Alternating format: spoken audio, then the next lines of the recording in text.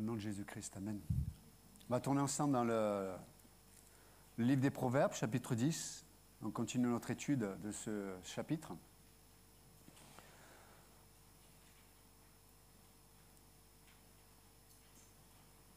Verset 3. L'Éternel ne laisse pas le juste souffrir de la faim, mais il repousse l'avidité des méchants. Celui qui agit d'une main lâche s'appauvrit, mais la main des diligents enrichit. Celui qui amasse pendant l'été est un fils prudent. Celui qui dort pendant la moisson est un fils qui fait honte. Il y a des bénédictions sur la tête du juste, mais la violence couvre la bouche des méchants. La mémoire du juste est en bénédiction, mais le nom des méchants tombe en pourriture. Celui qui est sage de cœur reçoit les préceptes, mais celui qui est insensé des lèvres court à sa perte. Amen. OK. On va avoir quelques principes ce matin. On s'était arrêté, je n'ai pas eu l'occasion de finir le verset 4, mais on peut le relire ensemble. Celui qui agit d'une main lâche s'appauvrit, mais la main des diligents enrichit. Vous vous souvenez, j'avais demandé à Pasteur Dominique de venir, et puis il faisait la main molle. C'est le mot en hébreu, le mot lâche, ça parle de main molle, et c'est-à-dire pas tonique. Et ça sous-entendait dans le contexte de passer à côté des opportunités de Dieu. Et il met en contraste cette main lâche avec le diligent. Et le diligent, c'est celui qui est volontaire. Donc on comprend, par opposition, que la main molle ou la main lâche, c'est celui qui fait les choses, mais il n'est pas volontaire dans ce qu'il fait. Donc, ça nous parle de peut-être toutes les sphères de nos vies, ou les domaines de nos vies, où on se voit devoir faire certaines choses. Mais on les fait d'une certaine façon par obligation, mais on ne le fait pas volontairement. Or, vous avez remarqué dans nos vies, il y a des choses qu'on apprécie, il y a des choses qu'on aime faire, mais la vie fait qu'il y a beaucoup de choses qui sont nécessaires, et des fois même bonnes pour nous, mais on n'a pas forcément naturellement envie de les faire. Il n'y a que moi ou vous aussi? Posez la question à votre voisin. Est-ce que tu aimes toujours faire ce qui te doit être fait? Allez-y, allez-y. Ah, OK. Et je vois qu'on est tous pareils. OK.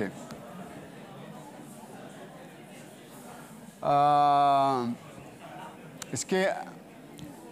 OK. Il y en a qui parlent plusieurs langues parce que c'est long. OK.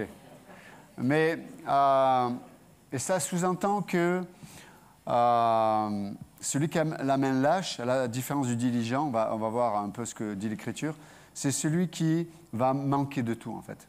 Quand tu n'es pas volontaire dans ce que tu fais, non simplement tu perds l'énergie, le temps et les dépenses qui sont conséquentes à ce que tu dois faire, mais en plus, tu n'en as pas le bénéfice. D'accord?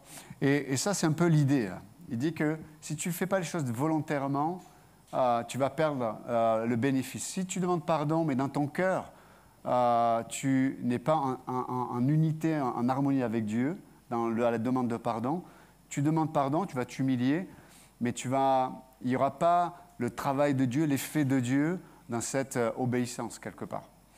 Et on le voit souvent avec les enfants. Et en plus, quand tu ne fais pas les choses volontairement, avec bonne attitude, tu les fais mal en plus.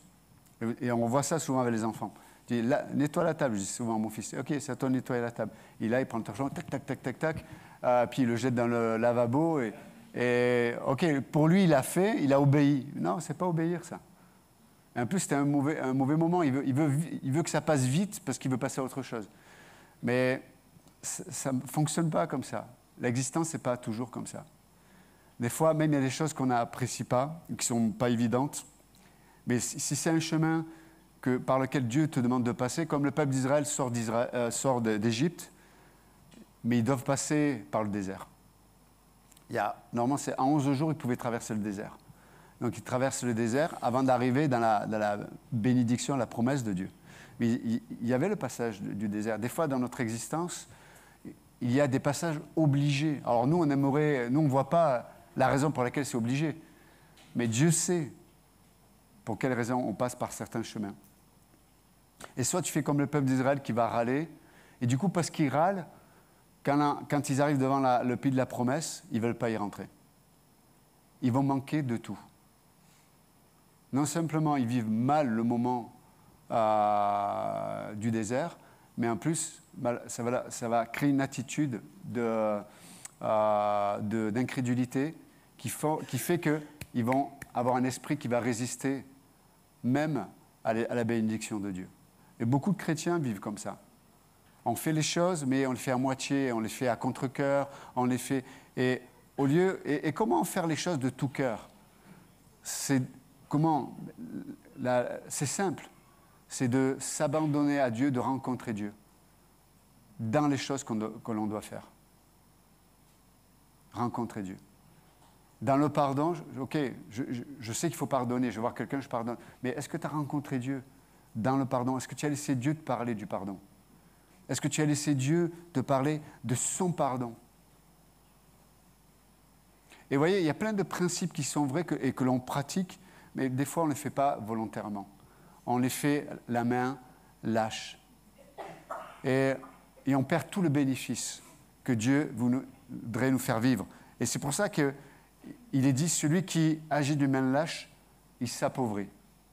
Vous voyez le lien? Il s'appauvrit.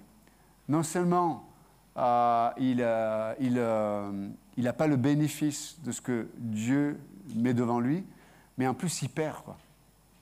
Il perd son temps. Il s'appauvrit en plus parce que ça crée une résistance de cœur à ce que Dieu va lui demander, peut-être demain. Par contre, le diligent, celui qui fait les choses volontairement, c'est le mot, il va vivre dans les bonnes nuances. Vous savez, la vie, c'est pas gris. Vous avez vu? La nuit, c'est pas... La vie, c'est pas noir et blanc. Il y a une multitude de couleurs, il y a une multitude de nuances, même dans la même couleur, il y a des nuances. Et dans notre existence, il y a plein de nuances, en fait. Celui qui est diligent, celui qui fait les choses volontairement, il va comprendre et voir les nuances des situations, les nuances dans la façon de penser, la façon de parler, les nuances de voir les circonstances dans lesquelles il se trouve. Il va voir les nuances. Il va aussi, du coup, avoir le bon équilibre, parce que des fois, la bonne nuance, c'est d'être manichéen. Manichéen, c'est quoi? C'est être radical. Oui, c'est oui, non, c'est non. Manichéen, c'est là pour le coup blanc et noir. Mais c'est une nuance aussi. Okay? Donc la vie, elle n'est pas blanc et noir, mais le blanc et noir existe aussi. Et on peut voir que dans notre existence, on a besoin d'apprendre à avoir ces nuances dans l'existence. Vous savez, il y a certaines situations de nos vies. Attends que ça s'arrête et puis on va continuer. C'est la pub. Vous savez, quand vous appelez votre assurance, ils mettent la musique et puis une heure après, il y a toujours la même musique. Et tu fais le cauchemar le soir, non pas pour leur réponse ou leur manque de réponse, c'est que tu as la musique en tête. Mais c'est tellement important, des fois, en tant que croyant, d'avoir les bonnes nuances. Et des fois, la bonne nuance, des fois, c'est d'apprendre à être... Il y a des domaines où il y a des domaines et des moments dans notre vie où on doit être radical, on doit être manichéen. Blanc, c'est blanc, noir, c'est noir. Mais des fois, sur le même sujet. Tu sais, c'est comme des fois dans l'éducation avec nos enfants.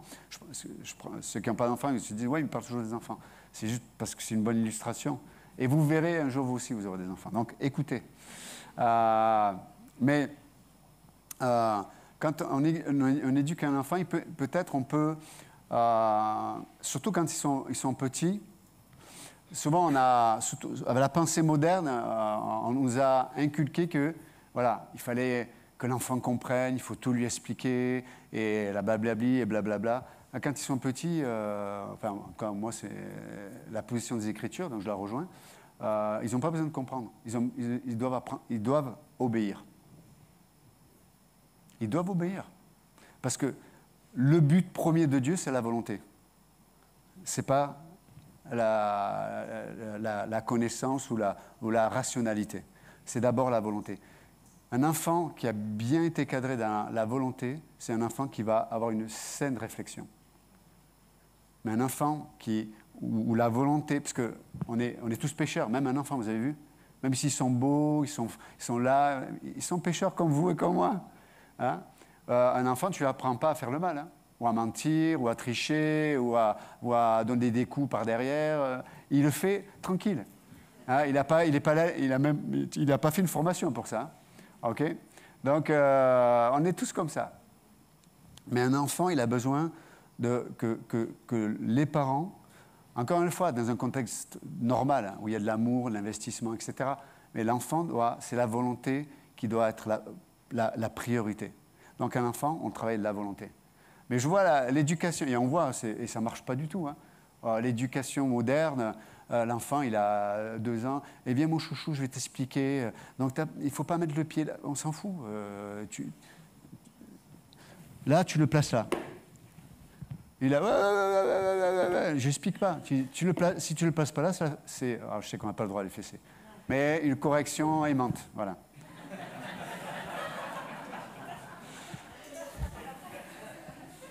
Ok. Donc une fois je te le dis, 2 fois, 3e tu vas prendre. Hein, l'amour, l'investissement aimante. Mais bon. Pourquoi ? Parce que là, il n'a pas besoin de comprendre pourquoi il doit le mettre là. Ce n'est pas son rôle de comprendre. Son rôle, c'est de faire ce que je lui dis. Et s'il le fait, ça va créer une capacité pour la suite. Vous voyez ce que je veux dire ? Et des fois, dans nos vies, en tant que croyants, on est là et on explique à Dieu comment il doit nous éduquer. Voilà ce que j'ai besoin, voilà comme tu dois le faire, voilà autant, on a entendu le chant, l'heure de Dieu, le temps de Dieu, et on n'est pas content et on boude. Vous avez vu les enfants, quand tu es là, tu leur expliques, oui tu comprends parce que maman, elle a passé son temps, il faut le... Mais moi il a 2 ans, tu vas voir ce que tu vas comprendre. Ouais. Et tu le vois après dans les magasins, là, tu vois les enfants, ils hurlent, ah, et les parents, c'est pas bien Gérard, ah, et puis c'est... Et personne ne s'appelle Gérard, ben voilà. Si vous appelez Gérard, je ne m'adresse pas à vous, mais... Et tu vois des enfants complètement... ils n'ont pas de cadre.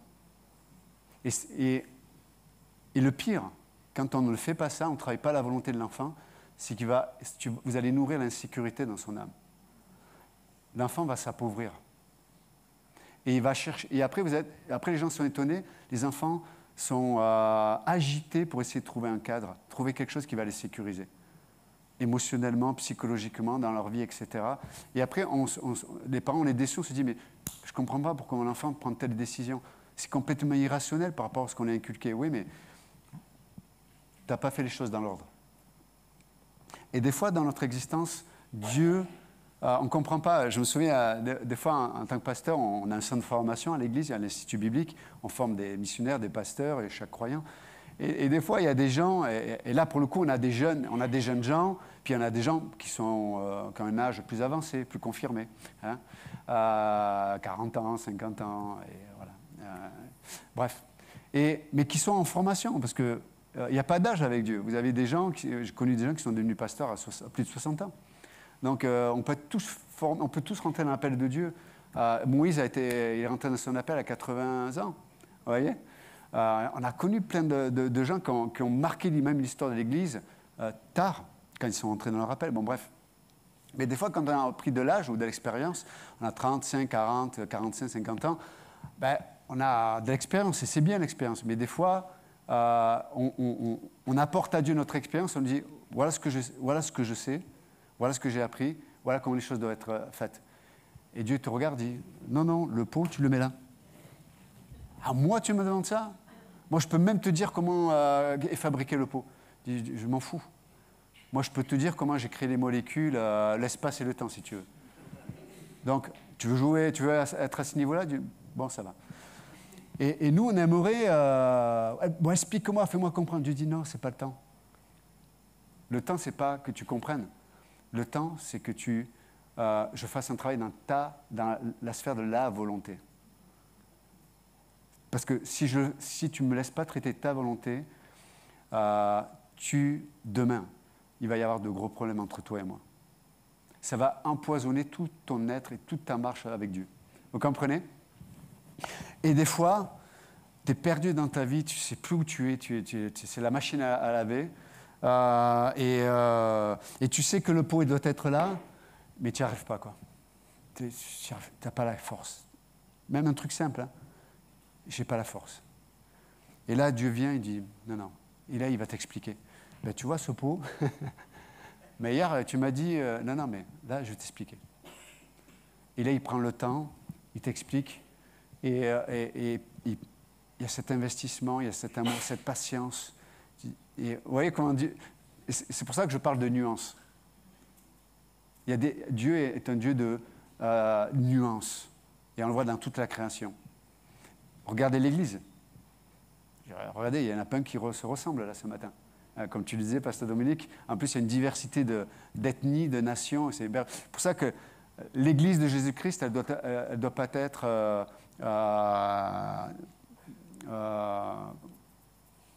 tribale ou juste une nation ou juste les Français gaulois entre eux, les Maghrébins entre eux, les Asiatiques entre eux, les Africains. Non.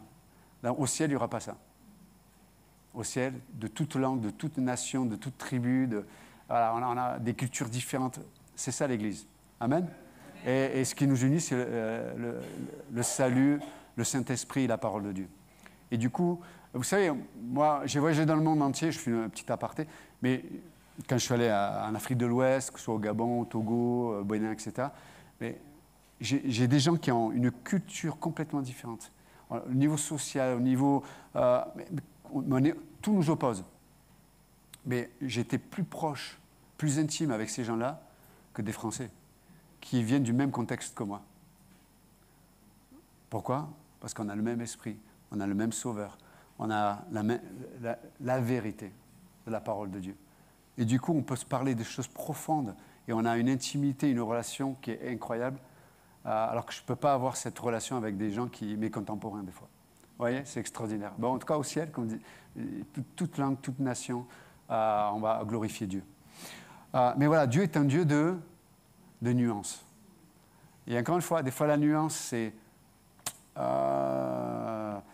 et des fois, il faut être manichéen, comme je viens de le dire, mais des fois, il faut avoir cette capacité qui vient de Dieu à traiter les situations ou à traiter nos relations de façon équilibrée. Mais quand je dis équilibrée, ça veut dire que, encore une fois, le but de Dieu, c'est de gagner le cœur de la personne. Et on peut voir Jésus, quand vous lisez les évangiles, on peut voir comment Jésus, des fois, savait s'arrêter au milieu d'une foule, une femme la touche, il dit hop, on arrête là. Et des fois, il va prendre la distance, il va s'adresser à toute la foule. Enfin, voilà, diverses façons d'intervenir, de parler. Des fois, il va prendre les disciples sur le mont de la Transfiguration, ils vont voir Jésus, ils vont voir des choses extraordinaires. Puis ils redescendent, il y a un père qui dit « Mais Jésus, tes disciples n'ont pas réussi à chasser le démon. » Il les reprend, bande d'incrédules, tu vois, il leur met une bonne fessée. Tu vois, ouais. Je dis, mais attends, mais il y a 5 minutes, tu nous fais voir des choses extraordinaires, là, tu nous corriges. La vie de l'esprit, en fait, c'est une autre façon ce matin de parler de la vie de l'esprit. Hein. La vie de l'esprit, elle n'est pas linéaire, elle est nuancée. Elle est nuancée. Et c'est important d'être... et c'est pour ça que je parle de la volonté, c'est laissons ce travail de Dieu traiter notre volonté. Et là, il est dit quoi? Celui qui agit d'une main lâche s'appauvrit, mais celui qui... mais la main du diligent s'enrichit. Et ça, c'est vraiment la pensée de Dieu. Alors, on peut se poser la question, dans quelle sphère je dois pas être... dans quelle sphère, plutôt, je dois être manichéen, tu vois, être radical? On l'a entendu ce matin. Hein. Est-ce qu'on doit être indulgent avec la chair? Est-ce qu'on doit faire des nuances avec... La chair, c'est notre nature sans Dieu, notre volonté sans Dieu, voilà, ce qui est en nous qui s'oppose à Dieu. D'accord? Ce n'est pas forcément ce qui nous fait faire des choses graves, mais juste une pensée, des désirs qui ne correspondent pas à la pensée et à la volonté de Dieu. Ça, la Bible dit, tu dois être radical. Galates 2,20, tu l'as dit. Paul est radical. J'ai été crucifié avec le Christ, et si je vis, ce n'est plus moi qui vis, c'est Christ qui vit en moi. Si tu n'es pas radical, si tu es indulgent avec ta chair, tu vas toujours trouver des boucs émissaires. Il y a des chrétiens, ils passent leur temps à trouver des boucs émissaires. Mais c'est la faute d'un tel, c'est la faute de lui, puis c'est l'église, et puis c'est le pasteur, puis c'est ma femme, c'est mon mari, c'est mes enfants, voilà, ils ont augmenté les impôts. Et puis, waouh! Ils sont occupés à observer toutes les raisons qui font que eux, ils ne sont pas bien. C'est parce que, malheureusement, tu es indulgent avec ta chair. Ouais, mais pasteur, tu ne sais pas, c'est en moi, j'ai une émotion, mais tu ne sais pas ce que j'ai vécu. Et je comprends, parce que des fois, il y a des gens qui ont vécu des choses vraiment difficiles. Mais la guérison, elle ne se trouve pas dans un conseil chrétien, hein, où on va passer chaque semaine 1 heure. Hein, comme les psys, là, tu t'allonges. Vas-y, raconte-moi. Et oui, mais on m'a fait ça quand j'étais pas né encore, je me souviens. Et bon. Moi, le pané, je me connais un peu parce que je suis de 7. Tu sais, on est pêcheur, le poisson pané, tout ça, je maîtrise. Je vous fais sourire un peu. Voilà. Mais la guérison, écoutez bien, elle se trouve d'abord dans cette parole de Paul qu'on a entendue de la part de pasteur Dominique. J'étais crucifié avec Christ. Il parle au passé, hein. C'est fait. J'étais crucifié avec Christ et si je le vis, ce n'est plus moi qui vis, c'est le Christ qui vit en moi. Je vous le dis, hein, il y a des chrétiens qui errent dans le désert de l'existence parce qu'ils passent leur temps à trouver les raisons pour lesquelles ils souffrent, intérieurement. Là, vous rentrez dans quelque chose qui est... c'est un gouffre où il n'y aura jamais de fond. Si tu rentres là-dedans, c'est un gouffre où il n'y aura jamais de fond. Vous savez, dans les films, une fois, tu jettes les gens qui jettent une pierre, et tu n'entends jamais la pierre, tu dis, oula, si je tombe là, c'est pas bon. Mais il y a des chrétiens, ils sont comme ça. Et ils sont toujours dans des cycles, je vais pas bien, je vais pas bien. Pourquoi? Ils sont indulgents avec la chair. Ils sont indulgents avec... ils ont pitié de ce qu'ils ont subi, des fois injustement, des fois ils ont imaginé aussi, mais des fois on a subi réellement des injustices. Mais la guérison, elle se trouve au lieu où il y a eu la plus grande injustice. Vous entendez? Dieu veut nous guérir, Dieu veut nous enrichir, mais la guérison se trouve là. Si tu ne rejoins pas Dieu, si tu ne te vois pas comme mort, mon émotion, je ne veux plus qu'elle dirige ma vie. Je ne veux plus m'associer à mon émotion. Je ne veux plus m'associer à une blessure. Je ne dis pas qu'il y a des choses qui doivent pas être traitées, attention. Hein. Mais je parle de façon générale. Mais intérieurement, malgré tout, hein, intérieurement, pour qu'il y ait guérison, il faut aller à l'endroit où la plus grande injustice a été commise, comme l'a décrit pasteur Dominique. C'est là où il y a la guérison. Tes émotions vont être guéries. Ton psyché va être guéri. Ton âme, pour le dire autrement. Et ton plus grand fardeau va être retiré. Et vous savez, alors c'est un processus, hein, mais c'est un processus qu'il faut embrasser. Il faut aller dans cette direction. Ne jamais accepter d'avoir pitié de soi. Est-ce que vous m'entendez? Je sais que ça va à l'encontre de ce monde où on nous met des tartines là-dessus. Non. J'ai été crucifié avec Christ. Il a payé pour ça. Il a l'émotion la plus dure que je peux avoir, il a eu pire que moi. Les blessures, il a eu les pires. Les injustices, il a eu les pires. Et c'est là où on va échanger. La vie chrétienne, c'est un échange de vie. J'échange ma vie, il me donne la sienne, intérieurement. Et c'est là où on est guéri. C'est là où on va avoir stabilité. C'est là où on va être enrichi. C'est là où notre main va arrêter d'être molle, mais on va avoir une main diligente, volontaire dans ce que nous allons faire. Et Paul va dire, je prends même plaisir, je me réjouis même des injustices, des calomnies, des épreuves. Tu sais, sais, il est pas fou quand même. Hein. Il est pas là.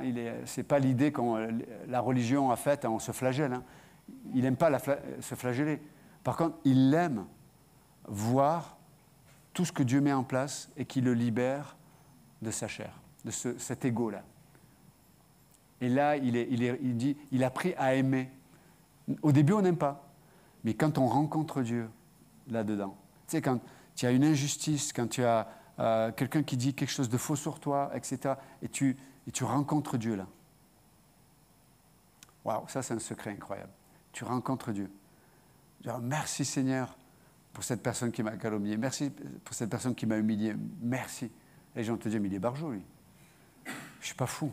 Mais cette situation-là fait que j'ai pu rencontrer la vie surnaturelle de Dieu. Waouh. Wow. Et c'est pour ça que j'aurai une assurance du coup. Et je vais pouvoir me réjouir. Comme dit Paul, réjouissez-vous, je répète, réjouissez-vous toujours dans le Seigneur. Parce qu'il y a des situations, il n'y a pas un gramme de raison pour lesquelles je vais me réjouir. Hein. La maladie, la mort, les séparations, les divorces, des amitiés qui se brisent, des gens qui t'insultent, qui te méprisent. Des fois dans les familles, il y a des gens, il y a ces injustices, des fois même dans des mêmes familles où des parents vont préférer certains que d'autres. Et je suis sûr que vous pouvez m'amener de là au moulin aussi, hein, de situations, etc., etc. Je me réjouis toujours dans le Seigneur. Si sur cette terre, il n'y a rien en observant qui peut m'amener la joie, je peux lever la tête et le voir, lui. Et quand je le regarde à lui, comme il a dépeint le Saint-Esprit à travers la bouche de Pasteur Dominique, wow, je me réjouis. Je me réjouis. Là où il n'y a pas de réjouissance dans le Seigneur, c'est là où on va se plaindre. C'est là où se trouvent les angoisses. C'est là où se trouvent les craintes. C'est là où est bâti toutes les déviances psychologiques, émotionnelles. On commence à avoir des réflexes, des tics, des tocs et ce que vous voulez. Ils en ont même fait un réseau social, TikTok. Hein? Mais Dieu est un Dieu qui veut nous enrichir. Il ne veut pas qu'on soit appauvri en ayant une main lâche. Amen? OK.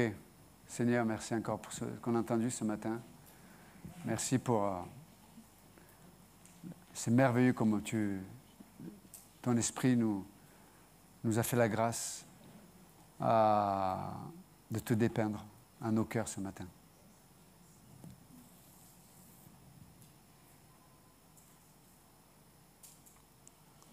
Merci Jésus. Nous te bénissons et t'adorons. Si quelqu'un ne connaît pas Jésus-Christ ce matin, vous pouvez juste, par la foi, lui dire, je reconnais que je suis pécheur, je reconnais que je suis malade, je reconnais que j'ai un ego, des désirs qui sont complètement opposés aux tiens. Je reconnais qu'il y a toutes ces choses dans mon cœur. Je ne peux pas aimer même les gens qui m'aiment. Je suis insatiable dans mon cœur. Je veux toujours quelque chose, toujours quelqu'un. Seigneur, je reconnais que je suis pécheur. Mais ce matin, je reconnais que je le crois, et je le confesse dans mon cœur, que tu es mort pour mes péchés. Je le crois. Je ne résiste pas au Saint-Esprit ce matin. Je crois que tu es mort pour moi, comme on l'a entendu. Pour moi. Jésus-Christ est mort pour toi. Et il est revenu à la vie, il est ressuscité pour toi. Donc ce matin, tu peux juste lui dire, viens dans mon cœur, sauve-moi. Je te donne mon cœur, je m'abandonne à toi. Je crois que tu es mort, que tu es ressuscité, et je veux te donner ma vie. Et si vous avez fait cette prière ce matin, peut-être avec vos mots, la Bible dit que Dieu, par l'Esprit Saint, fait de vous un enfant de Dieu. Et je vous encourage, si vous avez prié ce matin pour recevoir Jésus dans votre cœur, parlez-en à un pasteur, parlez-en à un croyant qui vous a invité peut-être. Mais confessez-le pour marquer cet acte de foi que vous avez pris ce matin. Donc ce matin, merci encore Jésus pour ta présence. Merci pour le corps de Christ. Sois béni et élevé. Amen. Que Dieu vous bénisse.